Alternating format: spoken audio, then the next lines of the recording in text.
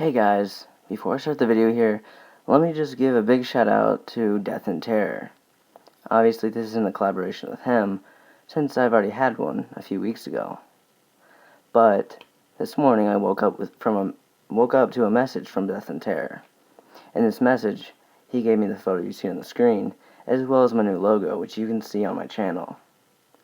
I didn't ask him to do this, and I just woke up and he'd sent me these saying that he just decided to do it. So big thanks to him. Personally, I think it's amazing. It looks beautiful. So if you're not already, go subscribe to Death and Terror. Now, here goes the video. Okay, this is the collaboration with my new friend Sinister. Not sure if his channel is still Sinister Sapien, but that's what it once was. So if you know who that is, that's who this is. Anyway, today we're going to be sharing with you 4 stories from Let's Not Meet. 2 over here on my channel, and 2 over there on his channel. So, here we go. Number 1. I don't usually remember him, but when I do, I end up crying and shaking. I was just reading, thinking if I really had something interesting to share when he suddenly came to my mind again. When I was a kid, somewhere between the ages of 7 and 10, I used to go visit my cousins a lot when they came. As my uncle died several years before, they had to move really far with my aunt's family. So when they came to visit, they stayed in a family friend's house. They lived in a small town at the north, in a 2-floor home surrounded by the woods and their crops. Especially my older cousin, who was only a few months older than me, and I were very close. Therefore, we usually went together in the woods alone to play. We used to pretend that we were witches and had to make potions or something like that. So we spent hours around the woods, looking for rare plants or flowers we would gather and mix in the crops of the house, hidden because we usually stole vegetables and eggs too. That day, we went too far looking for what my cousin called the best weapon ever. She talked about pomegranates that we took from a tree which we climbed. Doing that, we took a stupid big amount of time, so the sky turned dark while we were still out.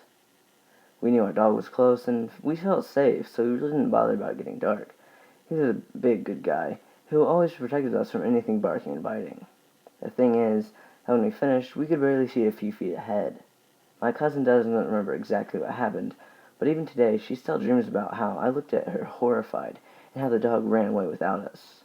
We were heading home, pretty close to the fences of the crops, when we both heard some crackling sound behind us. My cousin looked over the other way, disoriented, trying to find the noise and grabbing a stake. The dog pulled down his tail, which I'd never seen before, and he was hiding behind us. Then I saw for what I thought was so many years as a ghost. He was small for being a man, but had a pretty wide back. He had such a slender silhouette and he wore a black hood with dark blue jeans. But what horrified me most was his face, covered with a balaclava so dark he seemed eyeless. He was static, in a weird squat position, just staring at us between the bushes. When I saw him, he started to stare at me deeply. I could feel his eyes tearing my body apart, so cold and strong. His look hurt. I spent a few seconds quiet, with my mouth half open, trying to communicate with my cousin. Then the dog ran away, which made my cousin turn back to me. I told her what I saw, looking at her with tears in my eyes and grabbing her hand. We looked back, and he wasn't there. And as I used to have night terrors and hallucinations, she really didn't believe he was real. Anyways, we ran away to the house. When we arrived, we were home alone, with the son of my friends, with the son of the friends of our parents. They had went out to dinner. I was so scared, they just had to take me to the 2nd floor and tell me they'd protect me from what I saw. I started to look through the window, telling them I wanted to make sure the bad man didn't follow us. But he did. We all saw a silhouette in the woods, closer to the fence, staring out at the window. I had the biggest shiver I've ever felt and started to cry, shaking and almost peeing myself from fear. When our parents came home, he had left, and we decided not to tell them anything. We decided it was just suggestion, a term my mother used for almost everything creepy I saw as a kid due to my hallucinations, and we tried to forget. When I was in the car, trying to go back home, I spent the whole way looking through the window scared. Since that, I had nightmares about the look that he gave me. For a few months, forgetting the whole deal after, though. But when I was around 16, I started to remember him again, dreaming of him so much I even started to draw his face at school. Any time I remembered him, I would shiver and my hands would start to shake, so I even avoided using that story when we talked about creepy things in Halloween, and I never told my parents or mates. When I first spoke about it was with a paranormal lover friend who convinced me that it was a ghost, which I now doubt. Also, I told it to the cousin of the son of our family's friend, who lives close to that woods, and he told me he used to see a weird hood guy, too, staring at his windows when he was 8. He also rathered the paranormal explanation. A month or so ago, I'm 20 years old now, I was living with my boyfriend in the car, going to his house for the first time. He lives in a town that's very close to the one where we used to stay, where I saw the hoodie guy. He knows a lot of the country-like roads, so we started to go through the one that's in the woods. In the corner while driving, he told me, "What's a creepy guy? Do you imagine that he starts to follow us?" And laugh. Then I turned around, looking at who he was talking about, and I saw him, the same silhouette and the same hood. He didn't stare at me this time, and I don't know if it was really the same guy, but he definitely had the same body and gave me the same shivers. Now I always ask him to take the other way and avoid sleeping alone. I've been more than 3 years without a single hallucination, and I didn't really realize we were in a town and so close to where it was happening until we got home. I know it's really hard to believe it was the same guy, but in the moment, it really felt like it was. So much I started to cry and shake. He never followed me or my cousin. It only happened at that time. But I would never accept to go into the woods at night again, and I still fear camping just in case he shows up. It was totally a casual encounter, but his looks and the way he stared, it's nightmare fuel for me. So, hoodie guy, let's not meet again, please. Update. This morning I was speaking with my mother about it, and she seemed pretty scared about everything. She told me a few stories. I'll add in another post to give this a backstory. It seems that there's explanations for both possible causes, if it was really a ghost thing, or if he was a real man. We'll speak today with my boyfriend about the woods, and post more soon. Thank you for reading. Wow guys, that last one was pretty freaky. But now for number 2, I'm going to hand it over to Sinister. Sinister? I work at a grocery store pulling carts and bagging things. It's a job, but it pays the rent. I'm 20 years old and female. I've posted about strange customers before, but this guy, he's a repeat offender. This has been going for about 6 months now.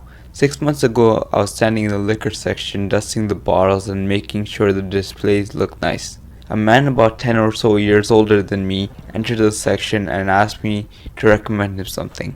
I answered him honestly that I'm 20 and therefore I know nothing. Yes, I have had it before, but I know jack shit what's good and what's not. He frowns when I tell him that. "You sure you're not 21? He asked. "Yes, I'm sure." "That's a shame," he says. Could have showed you a good time if you're old enough." Then he winks. I just kinda laugh awkwardly, not knowing what to do. Then I pretend someone needs me over in another section and scurry off. I brush it off thinking that'd be the last I heard of him. 2 months later, I'm picking up the slack from a sick co-worker stocking the shelves in his absence. It's about 10 at night and the store is quite dead. I normally like these times because it gives me time to myself. I'm rearranging some cereal boxes to look nice when someone taps me on the shoulder. I jump and turn around. It's that guy. "Are you 21 yet?" he asks. I shake my head no, remembering when I had seen him before. I ask him if he needs help finding something. "No," he says. "I just wanted to know if you were 21 yet." And he turns and walks off without another word, or without grabbing any merch from the shelves. He might have bought something later from one of the aisle, but I sure as didn't stick around to find out.